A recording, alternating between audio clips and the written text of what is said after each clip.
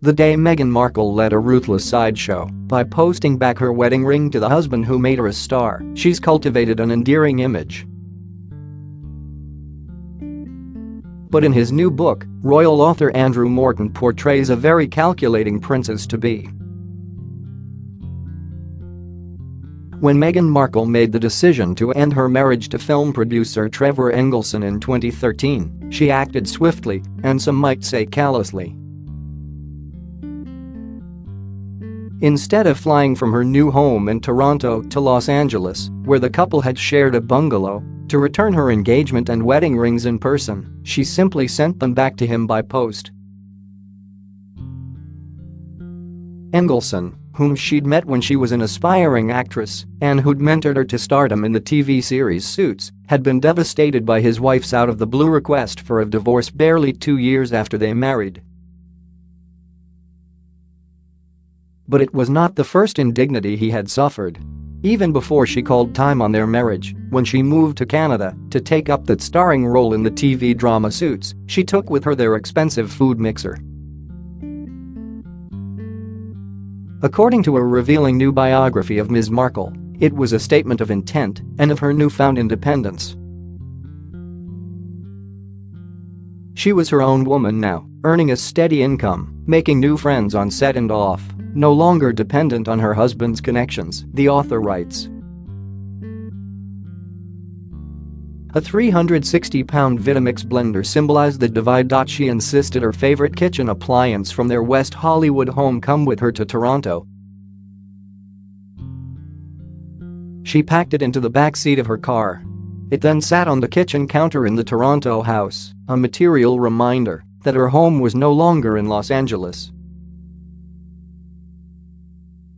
It is an image far removed from what we have seen thus far of the royal bride-to-be, a sweet-natured and compassionate woman who can barely believe her good fortune at becoming engaged to a prince.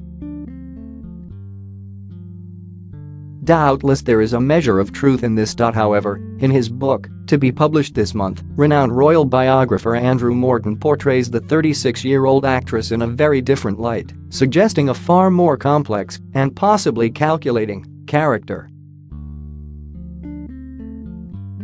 Though Morton describes it as an old-fashioned story of a local girl makes good, he shows how Meghan has harbored dreams of becoming a princess since she was a teenager.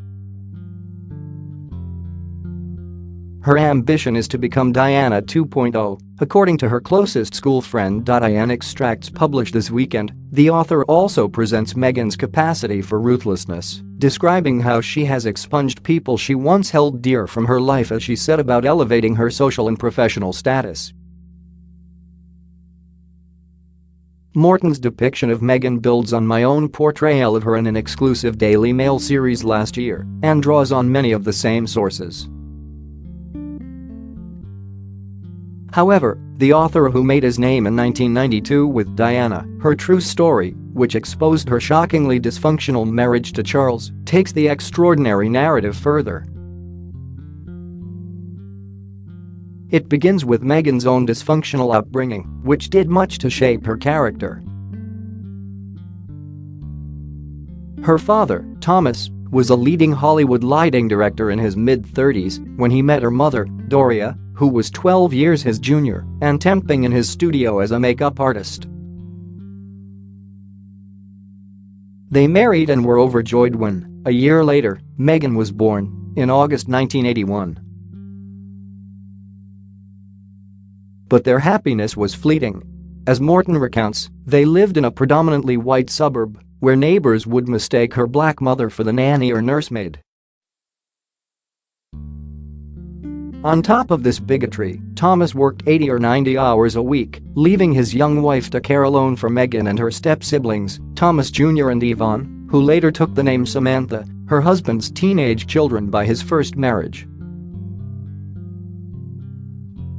With baby Meghan the apple of her father's eye, her half-sister resented her from the outset. And while she was upstairs in her crib, Thomas Jr., then 15, admitted to Morton that he would smoke cannabis downstairs with his friends. Matters came to a head when his father caught them passing round a joint. To get them out of the house, he dreamt up a grotesque ruse. After changing Meghan's nappy, he fetched a spoon from the kitchen and pretended to eat from it, Morton writes.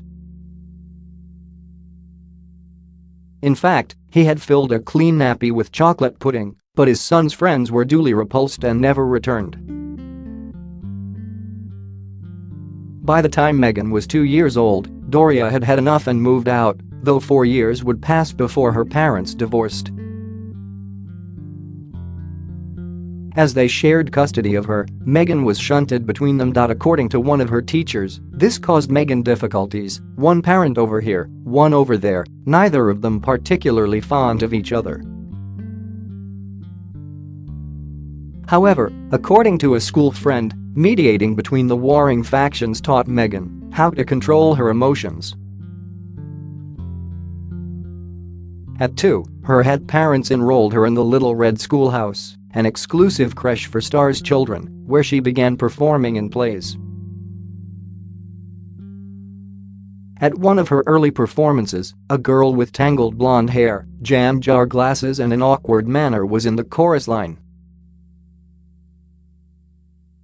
Today, Scarlett Johansson is the world's highest-paid actress. Yet Meghan's early introduction to show busyness also had disquieting overtones. At 9, her father, who was then working on the raunchy comedy Married with Children, would pick her up from school then take her to the set with him. There, she sat quietly in a corner, watching the enactment of scenes possibly too candid for a little girl's eyes, involving semi-nudity and risque sexual jokes. As Meghan said pointedly later, it was a very perverse place to grow up. I went to Catholic school. Around this time, in 1990, her father had a stroke of luck, although it quickly turned sour.